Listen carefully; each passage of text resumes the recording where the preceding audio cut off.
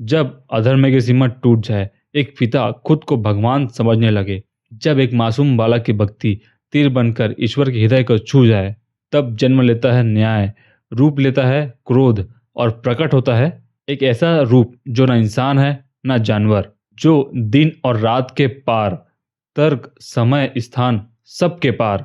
यह कहानी किसी देवता की नहीं, ये कथा है उस प्रलय स्वरूप की, जिसने खुद की सीमाओं को हटाकर भक्त की रक्षा के लिए काल बनकर अवतरण लिया। यही है नरसिंह अवतार। नमस्कार मित्रों, मैं हूँ वीरेंद्र वर्मा और आप देख रहे हैं कली बाबा के एक नए वीडियो को, जहां हम चर्चा और कुछ तर्क जानेंगे उस समय की जिस समय भक्त प्रहलाद ने भगवान को अवतरण करने के लिए मजबूर कर दिया अपनी भक्ति से।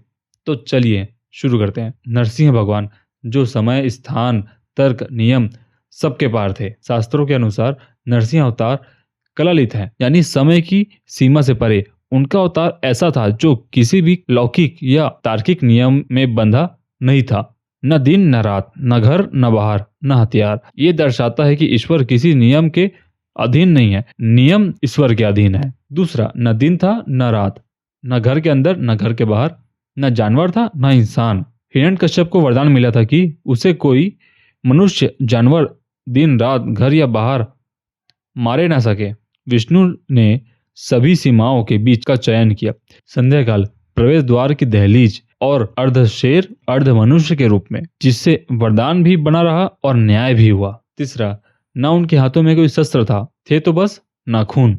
भगवान ने किसी हथियार का उपयोग नहीं किया। उन्होंने अपने नुकीले नाखूनों से हिरण्यकश्यप का वध किया। यह भी इसलिए कि वह शस्त्र द्वारा मारे ना जा सके। चौथा, वो कोई स्थूल शरीर नहीं थे, वो अनिवर्चनीय यानी इनडिफाइनेबल रूप थे। नरसिंह का स्वरूप कोई स्पष्ट रूप नहीं था, ना वो पूरी तरह शेर थे ना मनुष्य। उन्हें अनिवर्चनीय रूप कहा गया, यानी जिसे शब्दों में बयान नहीं किया जा सकता। यह दर्शाता है कि ईश्वर का स्वरूप मानव समझ से परे हो सकता है। पांचवा, वो न केवल हिरण्यकश्यप के शरीर को फाड़ रहे थे, बल्कि उनके अहंकार को भी फाड़ रहे थे। हिरण्यकश्यप खुद को भगवान मानता था। नरसिंह भगवान ने उसका अंत केवल शारीरिक रूप से नहीं किया, बल्कि उसका अहंकार, अधर्म और अभिमान सब कुछ चकनाचूर कर दिया। नरसिंह रूप केवल शक्ति नहीं, बल्कि शुद्ध क्रोध, न्याय और भक्ति की चरम सीमा है। यह अवतार केवल ताकत नहीं दिखाता, बल्कि एक दिव्य क्रोध था जो भक्त के लिए उठा, अधर्म के विरुद्ध था और पूर्ण न्याय लेकर आया।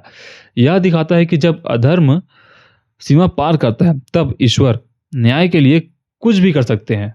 सातवां, वो नित्य है, वो अविनाशी है, वो किसी भी बंधन में बंधे नहीं है। विष्णु के अवतार, विशेषकर नरसिंह, केवल धरती के लिए नहीं थे, वे शाश्वत थे, नित्य थे और ब्रह्मांडीय चेतना के रूप हैं। उनका अस्तित्व किसी भी सीमित नियम में बांधा नहीं जा सकता। आठवां, भक्त प्रहलाद को मारा नहीं जा सकता, क्योंकि श्रद्धा कभी मिटाने से मिटती नहीं। पूरी कथा का गुण सार यह है, प्रहलाद श्रद्धा और भक्ति का प्रतीक है, हिरण्यकश्यप अहंकार का।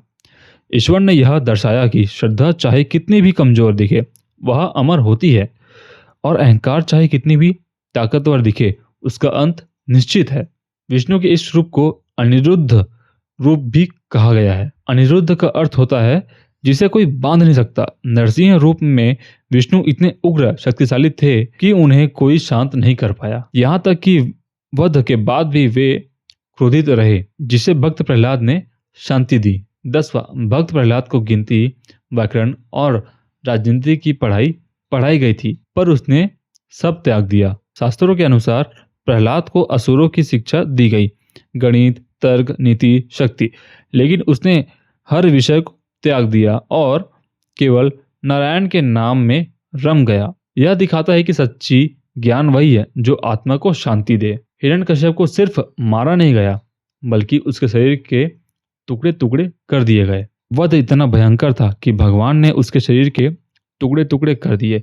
यह केवल हत्या नहीं, अहंकार का पूर्ण नाश था। कुछ ग्रंथों में इसे शरीर का चीरहरण भी कहा गया। 12वां, यह एकमात्र ऐसा अवतार है जिसमें भगवान पूर्ण क्रोधित रूप में दिखे गए। राम शीतल हैं, कृष्ण चंचल हैं, पर नरसिंह अवतार उग्रता का प्रतीक है। वे पूर्ण क्रोध में थे, पर उनका यह क्रोध भी न्याय और भक्ति की रक्षा के लिए ही था। 13वां, वध के बाद भगवान ने हिरण्यकश्यप के रक्त से स्नान किया। भागवत पुराण में आता है कि नरसिंह भगवान ने वध के बाद उस रक्त से स्नान किया। यह दर्शाता है कि अधर्म का विनाश केवल बारी नहीं, अंतरतम तक होना चाहिए। नरसिंह की भुजाएं असंख्य थी, कई ग्रंथों में उल्लेख है। भागवत, विष्णु पुराण आदि में उल्लेख है कि नरसिंह के पास अनेक भुजाएं थी, हर भुजा में अलग अलग शक्ति।